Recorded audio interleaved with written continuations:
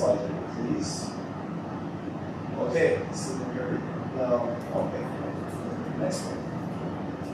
There's an important part about this talk that a lot of people have heard about, but don't really understand. And it's the gut-brain axis. Have you heard of the gut-brain axis, anybody? No? Yeah? No? Okay, gut-brain axis is this. There's your vagus nerve. It connects from behind your ear. It's a nerve that goes down and it innervates all your digestive organs. And your gallbladder, your liver, and all these things. Next week, this is I'm going to show you how your gut and your brain in sleep. If you find that this is very interesting, I have more resources to point you in a direction to learn more about it. And there are ways to test these things that I'm going to bring up too. If you're interested in learning more about your own abilities to use this to get better. So, we're going to talk about what happens when we sleep. Does everybody sleep good here? Anybody have problems sleeping? Yeah, okay. And what are the issues? Is it like falling asleep? Is it getting to sleep? Fall asleep really deep. Sleep 10 minutes, then wake up for like 4 hours. Okay. Yeah. Fall asleep, wake up for 4 hours. Then you can't go back to sleep. Okay. We're going to talk about some stuff about this, okay? And then yourself? Just falling asleep. Falling asleep. Yeah. Okay, falling asleep. So I'm going to show you some things that you can use or try to like strategize to help you fall asleep. Those are big ones, right? Like if you're not recovering, it's hard to be executive. So we're going to talk about what happens when you sleep. Some of these mechanisms, I'm not going to go into great detail about the mechanisms, but I'm going to give you an overview of the basic idea of it. How it relates to some hormone regulation stages, and then my tricks. That's some tricks for you. I'm a very good sleeper. I actually had such a good sleeper that I fell asleep driving once. And I think it was actually the best sleep I've ever had because it was after a long day. I was going to football practice, driving in Calgary trail, and I remember closing my eyes and just enjoying how amazing it felt. And then the next thing I knew, my car was popped up it hit the curb on the bug trail, and I slammed down, and my tires both, the caps flew off the car. I slid into this little delta triangle before the oncoming traffic hit me, and I didn't die. So it was a good sleep. I didn't die. It's a good story. I kind of relates to it. So it happened for a reason. And then if you have any questions, we can chat about that. So next slide, please. Okay. So what is this, Jeff? What is this? This is the sun, clearly, right? So the sun affects how we sleep, clearly, because there's a few mechanisms that happen. The first one is that this is the Earth and it tilts. Okay, so like depending on the season, you're gonna get less or more UV. UV is important to stimulate physiological reactions in your body. So this is an eyeball. And on the back end of the eye is your retina. Okay? I told you it's just sticks and circles, right? It's nothing really too fancy. But when the sun hits your retina, it affects how you are releasing melatonin. We see this a lot in blue light. So blue light is the killer of melatonin. Melatonin is needed to sleep. You'll see people with yellow glasses like this, and they'll wear them because it blocks blue light. So you'll see gamers and people on computers wearing yellow glasses for that reason. So we'll help you actually sleep better because it blocks the UVB light, and then your melatonin will shut down. So that's tip number one, right? Like if you have something that can block UVB, the blue light, it'll walk out. And when you have no melatonin production, it affects this it's called your suprachiasmatic nucleus in your brain, which is it's essentially your pacemaker for sleep. So once you start to change how much melatonin you're making, it affects that pacemaker, and the pacemaker gets dysregulated. So you're going to have a hard time getting to a sleep cycle. So one of the things that we all know is, when everybody says it, screens down at night, 2 hours before you go to bed, so it doesn't affect your melatonin. So that's a physiological mechanism that happens with light from the sun. We're going to go to the next slide. And there's more from the sun. This great giant glowing thing in the sky.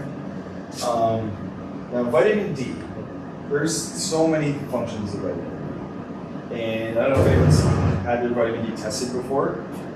No? Okay, especially in Vancouver here, it's important to know where you're at. There's different levels, and if you're at a certain deficiency,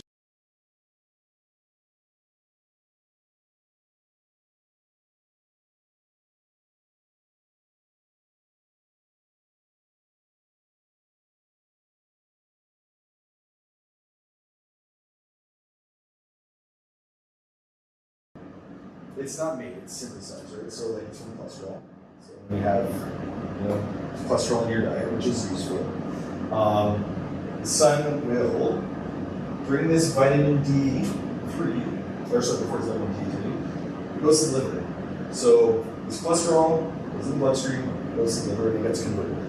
They add a little OH, a hydroxyl group to it, and it continues through the blood, and it goes to your liver, and it adds another little OH group.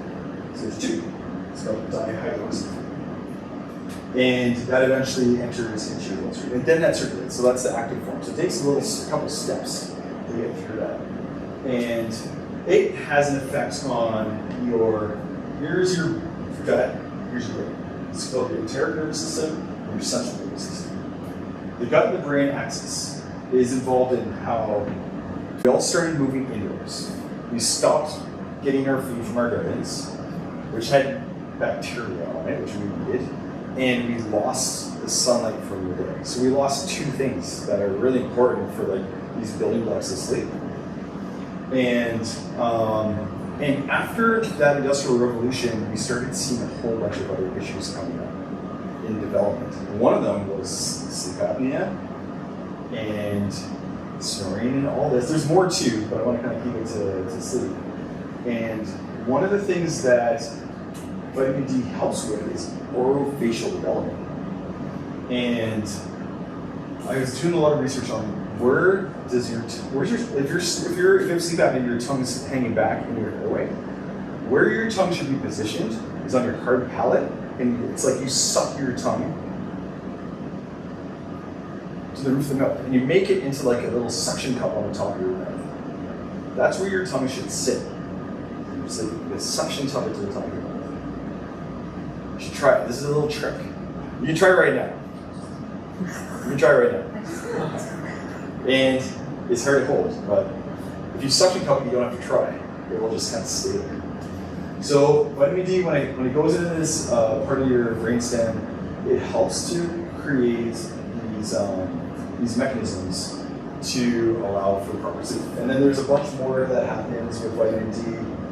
It helps with the synthesis of neurotransmitters. And you'll see on the next slide, we're going to talk a little bit more about neurotransmitters. But neurotransmitters are very important. From the last talk, when we were doing the brain network talk, to start to like change your ability of that salience network, you have to use some principles of neuroplasticity to help build that thing up. And with the principles of neuroplasticity, when you're trying to learn a new skill, you have to focus, you have to do it a lot, and you have to have motivation for it. But the effect of paying attention is you solve a part of the puzzle of the problem of the thing you're paying attention to, and as a reward, you get a dopamine rush. And the dopamine, it helps to solidify that neural connection, and it solidifies during sleep. So vitamin D helps with the synthesis of some of these neurotransmitters to help your brain lock things down when you're sleeping, because that's part of the reason why you sleep. There's other things that happen too in the brain with neural connection, but we don't really need to talk about that. So we're going to go to the next slide. Okay. So we're talking about this gut-brain axis still. We're talking the microbiome. It's been fed see vitamin D. It's growing, it's looking large, it's looking good. It's all big and puffy.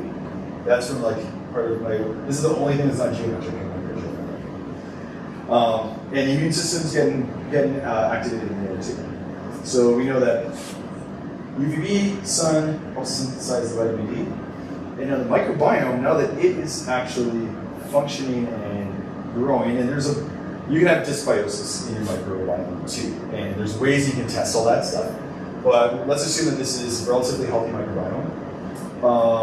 Your gut bacteria actually produce B vitamins, which is very interesting because you figure you get B vitamins from food, and you figure you get B vitamins from nutritional supplements, but your gut bacteria needs them. And these B vitamins get turned into other things. They get turned into, there's the B's, there's B1, B2, B3, there's B4, there's B5, there's B6, there's B7, B10, B12. They miss a few. So it's like not all continuous like the B's, but it goes from 1 to 12, but I think there's only B vitamins. I don't know why exactly, but there must be a reason. But these B vitamins, they get transformed into they're the cofactors to create other things. Interestingly, B6 turns into serotonin, which makes you feel good, and dopamine, which we needed in that last step before you sleep to solidify these immune processes. And B5 gets turned into something called CoA, which turns into acetylcholine. Now, does anybody know what acetylcholine does? Of course you do. Acetylcholine is involved with muscle activity. So if you're moving, acetylcholine is what's involved at the last stage of your transmission of like your nerve impulses from your brain to your muscles. It allows you to move. But guess what it does when you're sleeping? It paralyzes you, like it does the complete opposite action. So acetylcholine is extremely important for a certain phase of sleep so that you don't move. Because you don't want to move when you sleep because your tissues don't need it. So people who come into the clinic and they have problems with legs or sometimes like jaw problems, it's due to moving at night because their acetylcholine levels might be too low. And that might be due to a gut bacteria issue, which might be due to a vitamin D deficiency down the road. So you see how there's like a pathway of the sun to sleep in multiple different ways. So, and acetylcholine, and it acts all through the body in different ways, but in the brain it does more things, it does more stuff too. So like, it's active in your rapid eye movement sleep. That's when you're not moving in your rapid eye movement sleep. You're paralyzed, your eyes are going all over the map, you're not acting on your dreams in REM. Your eyes are moving, you're paralyzed. Okay? So we're gonna go, everyone get it so far? Follow me? Okay, awesome. Can we get the next slide here, please? Okay, so here's trying to get to sleep, and then staying awake all night is or all pink. So we have some of that happening here. But what ends up happening when you're going to sleep is you have a small degree of light sleep, then you have deep sleep, and you shift between the two until you get into this REM. And as time goes on, your REM amount of time, I think it should get bigger. So this isn't like a model of like this sleep pattern. You should have longer versions of REM as you go to sleep, and you should have shorter blocks of deep sleep when you're ready. Now, light sleep, you can wake really fast if there's light sleep. If you're in that cycle, they last 20-ish minutes or so. Like you see, they're kind of thin. Those last fairly short amounts of time. And the deeper sleeps tends to have bigger bands. Here, it's not really congruent with that, but usually it's like 20 to 30 minutes. Like I think sometimes at REM can go up to like 60 minutes. I don't know if anyone tracks their sleep, but this, you do? I tried. You try, but I'm not sure how good it is. You don't know how good it is. Yeah, it's fair. But then that's the idea. You're going through these sleep cycles through the night, and once you enter your deep sleep, you're releasing growth hormone. That's one of the big things that happen. Growth hormone is very important. People pay a lot of money for growth hormone, but you get it for free when you sleep. You get into this deep part of your sleep. Growth hormone builds muscle, it builds bone, it helps build bone, and it mobilizes fat mass. So it's like three big things that happen when you're in deep sleep. So deep sleep is a pretty important part of your routine. So if you're not sleeping, it can hinder that. And there's things that can cause that not to be hindered. So we got this growth hormone hidden in the blue. We have this rapid eye movement where you're paralyzed, where you're actually able to heal. Your tissues can't move when you're trying to heal them. They have to not move. That's that time when they're going to recover. So you're in the gym, it's like your muscles aren't growing in the gym when you're lifting the weights. Muscles grow when that's pumping GH, and that is making them not move. So that's the rest of the part of the sleep cycle. And then, some people wake up from time to time. It's not unusual at all. But I think the words of advice that I've heard is that, and I think I'm going to cover this at the end. The most important thing about sleep, what do you think is more important? Going to bed at the same time or waking up at the same time?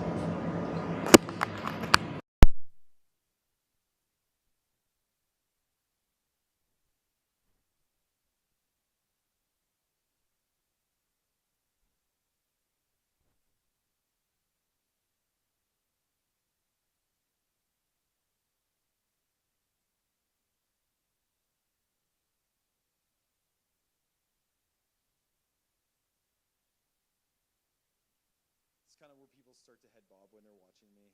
They're going into default mode network. They're kind of starting to not pay attention to what's happening. And in sleep, you're in your default mode network. It's all default mode network. And then when you're so yeah, exactly like I was saying. You're getting your repair when you're sleeping. Growth hormone's getting pumped out. Cortisol and insulin's released there as well. Cortisol is actually not all terrible for you, but it will wake you up. It's when you're getting towards that end of your cycle in the morning of sleep, cortisol is going to get released and that wakes you up. So if you have a high level of cortisol from stress or from injuries or whatever it is, it's going to affect how you sleep. So cortisol has to be in check when you're dealing with your deep sleep, because that's when you're healing. And then you start to remember things. Another thing that happens too with the brain is a thing called synaptic pruning. Your connections between your neurons, they actually detach in a way, and your brain starts to clean up some of the connections that you don't need anymore. So it gets trimmed away, and then during your before you wake up, it reconnects. So that's the plasticity of the brain. Every night, it basically resets and it builds on that day's experience. So that's also very interesting about this. Your immune system, the cells of your immune system, apparently they change shape during your sleep as well. So their functions change completely. So that's another thing. The lymphatic system. Has anyone heard about this before? Has anyone heard of the lymphatic system? Lymphatic system. Lymphatic system, it helps to drain your immune systems. It's like small little tubes through your body where your immune system kind of gets filtered out and cleaned out. There's lymphatic drainage when there's lots of swelling. And the brain has its own lymphatic system, but it's called your glymphatic system, your glymph system. And what that does is it cleans out metabolites and it flushes them out like it's kind of like a toilet bowl flush. It flushes your brain of amyloid, things that build up during the day from the metabolism of the brain. And I've heard and I've read that the best way to sleep, and this is inconclusive evidence, but I did read about an article about this, that the best way to sleep is on your right side to drain your lymphatic system. And part of the reason is because it unloads pressure on your heart so that there's less stress. So sleep on your right side, as long as your shoulder doesn't bother you, is one of the better ways to sleep to help this lymphatic process to go forward. Anybody sleep on their right side? Anybody sleep on their left side? Both? Anybody sleep on their face? Oh no. Anybody sleep on their back? Anybody sleep upside down? I've tried. It doesn't work. I can't do it. Okay, and then so we're going back to this rapid eye movement, and we talked about this before. Like, you're paralyzed in rapid eye movement. You aren't supposed to move. Again, as we go back to some of the other things with the vitamin D, there's receptors in the midbrain that help to control the acetylcholine and the vitamin D levels to make sure that you don't move. Other things that, yeah, it helps to build the motor skill you've practiced. Everything you do during the day, you're consolidating at night. Yeah, dysfunctions, acting out dreams, talking in your sleep, things like that, where you're moving. So those are sleep stages in a little bit more detail. And let's go to the next one. Oh yeah, here we go. Okay, so if your problem's getting to sleep, cortisol levels must be checked. You can check them in a blood test. You get cortisol levels checked. Easy. Problem number 2, brain activity. Thinking too much. If you're a thinker and you're trying to sleep and you're stuck in a loop of trying to solve problems, it's very challenging. I'm lucky because I don't think. I don't think ever. I'm just like, sometimes I think, sometimes fine, I think. But I have a really good trick. I talked about this trick last talk too. If you want to stop thinking, do you think at night? A lot of people like kind of go through problem solving and stuff, which is good, but you're not sleeping. There's ways to not think, and there's a bit of a switch. If you're feeling your body, you can't think. If you're thinking, you can't feel your body. So, because it changes. So, like I said last talk, if you want to stop thinking, you play the buzz game. The buzz game is a game where you feel your feet and your hands starting to buzz. Can anybody feel the buzzing in their hands or their feet when they pay attention to it? Yes? No? Pay attention, pay attention, pay attention. You feel it in your feet? Hands or feet? Both. Good. Any feel in your hands and feet? Hands? Hands? Hands? Hands? Hands? A little bit? A little bit? A little bit, yeah? Okay. So, okay, now with the buzzing in the hands, you want that buzzing to move. So you're going to let it go. And the buzzing is going to start to move up your elbow and into your arm. Same with your feet. You let the buzzing kind of go up your legs. It's hard to think when you're feeling the buzzing. And that's the game that I play every night that I fall asleep immediately because it doesn't allow me to think. So it's a very good way if you're awake, you can't sleep, play the buzz game because it's very effective to shut off your brain. I have a question. Yes. So when you're talking about the buzz. Yes. Please speak into the microphone. Buzz. When you're talking about the buzz and you say it moves, is it moving like this or is it spreading? Spreading. It's like ants running around. They're going to find their own way. It could go, like there's like, and everybody will feel a different thing, right? Like, if you let it start to move, it will start to like find it's kind of like, it kind of just finds its own way. Sometimes it will get stuck. Like it's a sensory, we're kind of taught that tingling's not good for you, right? It's like, do you have diabetes? Do you have a neuropathy when your body's tingling, right? It's like, is this bad? So this type of stuff is not bad. So if you feel some tingling, you want to let it figure out where it wants to go. If it doesn't move, keep breathing. It's going to find a way. It's a very strange and very interesting game that you can go to. Eventually, you want it to go to your head. And then you're in this big fuzzy blanket, and it's amazing. So you want to do the brain, for brain activity, play the buzz game. And then physical pain will stop it too, right? Like if your shoulders are injured or if you have a problem with your neck or something, you're trying to sleep and you can't sleep on your side, it's like, okay, I'll sacrifice my lymphatic system, I'll sleep on my left shoulder. That's something too. So, you know, there's ways to figure that out. It could be the bed, it could be your shoulder, it could be whatever it is. But those are some things that cause problems, obviously, trying to fall asleep. And then the next one there, Chris, please. Oh, okay, yeah. So we talked about this before, right? Like the big hitters, you have the same wake up time.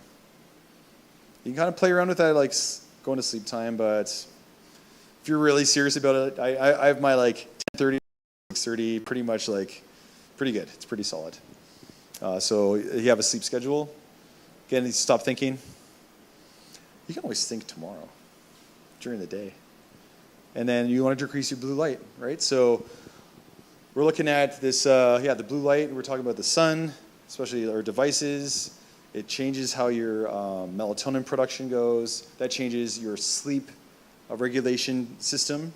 So careful about that light. You want to make sure that with your vitamin D, you are at a certain level. You should get it checked, especially in Vancouver, or if you're in a place where it's cloudy all the time, it's important to get that looked at. There's other implications. Then bone and calcium into bone, like as, you know, that's the basic understanding of vitamin D. It has so many other functions. So we want to take that into effect. Vitamin D helps to get your orofacial reflexes when you're young in check so that you don't end up having sleep dysfunctions with your motor control.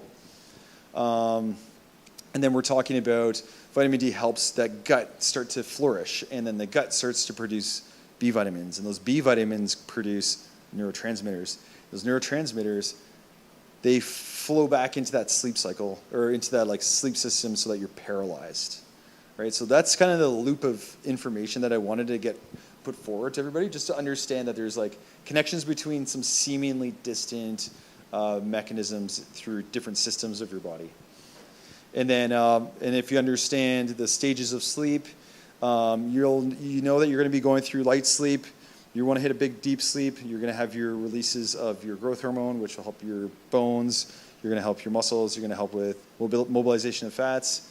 And then you're going to have your REM sleep. You're paralyzed. You're healing at that stage. And then in the morning, at that wake-up time, you wake up feeling amazing, looking good, feeling good. You're all pumped from your yesterday's workout because your muscles grew that night. And that's pretty much the talk for today. Okay? Anybody have any questions? Is it clear? Kind of how the whole like process of this talk went? Yes. I have a couple of questions. The Yes. first one is like on the waking up. Yes. Should that just be like 7 days a week? Because it's like, oh, you want to sleep in like on this day or the weekend. The question is, should it be 7 days a week? It's up to you. I mean, if you don't have any serious, you know, it depends how far into like sleep deprivation you've been. Like, I've been down the hole of sleep deprivation as far as you can go, to the point where it was not good. I was trying to work. I was falling asleep treating patients. They didn't know. They don't. That's what I think. They didn't know, but it's a long crawl back. So like, sleep is if as long as you're in check with like how much of that like stress, I guess, continuum you want to be in, then you're good to go. The reggae's kicking in. I like that. Yes. Where does napping fit in? Yeah, it's a good question. That's a good question. I don't know. I don't know if that's like a 10-minute nap. Like light sleep takes around 10 minutes, and then you go to stage 2. You can get to deep sleep. You can get to deep sleep probably within like a little nap. So that's growth hormone time. That's a good one. I like my naps too, so thanks for bringing that up. That's a question about naps. Yes? I guess everyone has a different ideal time of sleep. Yes. Okay, so the ideal time for sleep. Okay, so there are oversleepers and then there are undersleepers. And the time that is kind of acceptable is between 6 hours and 10 hours. But at those endpoints, your all-cause mortality risk increases. So it's not healthy for your system to undersleep or to oversleep. So between 6 and 10 is like, those are kind of like like the bookends for like what a normal sleep should be. Otherwise, you have detrimental effects from oversleeping or undersleeping. That's a good question. Yes? I have a question on like the sleep tracker, like we were talking about before, whether it's like Apple Watch or whatever. What about like the Aura rings? Like, you know, you see people with them all the time, like the Yeah. sleep tracking rings. Like, So- that's pretty much what they use them for. Yeah, the question was the sleep tracking devices and the Aura Ring. Your heart rate changes during your sleep, so it uses, I don't know, I actually know the person who developed that little green light underneath the watch. And just before I answer that question, he's developing a device that measures the elasticity of your aorta somehow through different formulas and your heart rate. So there's a lot of things that you can learn from your heart rate. So with sleep, it's heart rate based, but also it's checking your heart rate variability. and your heart rate variability. Do you understand how heart rate variability works? Okay, anybody know what heard of heart rate variability? No? Okay, so sometimes these watches will show your ability, it'll say HRV. That means during your day, your heart rate it's supposed to change, right? Like if it's a stressful situation, your heart's gonna beat faster. And then when it's a less stressful situation, your heart should beat slower. So you have variability in your heart rate, and that's good. You wanna have more heart rate variability.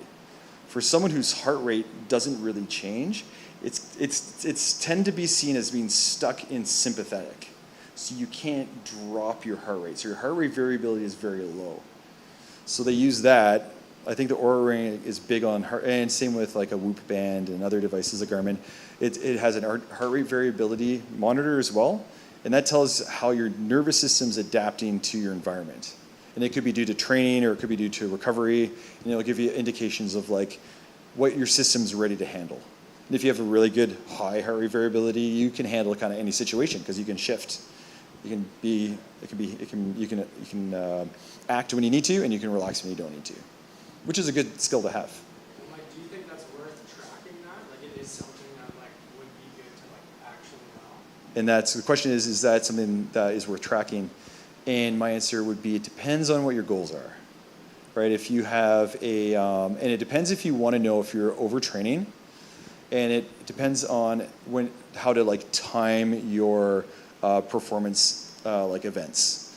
So there's a time to be really stressed in training, and there's a time to like let your system kind of calm down. So there's a really famous like Soviet Union strength and conditioning coach who lives in Kamloops, Bondarchuk. He was so good at this, he didn't even have our HRV data like analytics. He was able to train his athletes to the day and hour of the event, so they're at their peak strength. So there's other ways that you can do it through like just watching people too. There's signs, right? If you're looking at someone who's fatigued or defeated, you can tell, right? Posturally too. So he kind of uses that. I think that's what he sees. He sees it in training, how the max repetition, like how much they can lift at a time, like it indicates if they're ready to go or not. So if you wanted to track your heart rate variability, I think it'd be interesting. I was until I lost my Whoop band, but yeah, I think it's worth tracking, especially if you're like on a mission and you want to stay on that mission and you don't want to drop off the deep end. That's a good question. Anybody else have anything? Yes. For the vitamins, like how do you do testing for that? Is it just a blood test? So yeah, testing. Okay, so if you want to look at your vitamin D, you do a blood test. If you want to look at your cortisol, you can do a saliva test. And hormones, you can do a saliva test. To look at your microbiome, you do a stool sample test. And you'll get an indication of like there are something like 7,000, I think there's 7,000 different species of bacteria in your digestive system. It might be more, but there is a lot. And some of them have ill effects and some have more beneficial effects. So you can get an idea. And I mean like your gut microbiome, it changes from your small intestine as it goes down, and it changes in your large intestine. So there's different types of species in your gut. So when you get a stool sample, it doesn't tell you exactly what's there, but it gives you kind of like a starting point. And we do, like our naturopath Marietta does that type of stuff. She does all that advanced testing, which is really interesting. If you want to know, and I like the data for that kind of stuff. So you can test all that stuff. And then you can test your heart rate variability, and you can test your sleep cycle at night with your smartwatch too. So there is no one test to do it, or you have to do it? Yeah, you have to kind of like break it down through different tests, modalities. Yeah, as far as I know. Anything else? Oh yes, question. Do you have any data about if training at night affects the slowing down your system to want Training you to at sleep? night. Yeah. Training at night will definitely keep you awake. Because you have adrenaline, right? That's going to keep you up. Your heart rate's going to be up. That's going to keep you going. So you have an idea before you. I think that. You should keep away from your bedtime. Well, I don't know exactly. I know that like for like devices, it's 2 hours for that like visual side of things. For exercise, I'd say probably around the same. I don't know exactly, but maybe ballpark, a couple hours. I most probably. But I don't have like a legit current literature answer for that. But yeah, it's a good question too. Yes. In the same vein, not exercise, but like eating. Eating. Eating. Yeah, eating is a good question too. That's another good question. I don't know, but I know that similarly, I think it's about 2 hours. I think that is something that is probably pretty close. I don't know the exact literature answer for that either, but I bet it's close to 2 hours. I bet. I won't take that. Oh yes, more questions. Question on like caffeine. So there's a bunch of aspects to it, but like drinking coffee a couple times a day, taking pre-workout before the gym, like Sure. is that all, even if you like have it in the start of the day or the afternoon, actually going to affect you at like 10 p.m. still? I think there are some like individual effects from that, depending on the type of enzymes people have to break it down. I know just from my own experience, my wife, if she has a coffee after 12, she's doomed. It's like the end. Me, I can have a coffee after dinner and I'm fine. So it depends on how your body reacts to it. And sometimes the caffeine hits harder than other times too. So there's other variables there. But that's another good question. I think that's good. Okay. Thank you for coming to talk number 2. And our next talk is next month. And what am I going to do? I'm thinking of doing one on motor control and aging, which is really interesting, or a surprise talk. But you'll see. I'll send some information out again. If you want to come for another talk, I'd be more than happy to host you all. Thank you for coming. Appreciate the questions and your attention.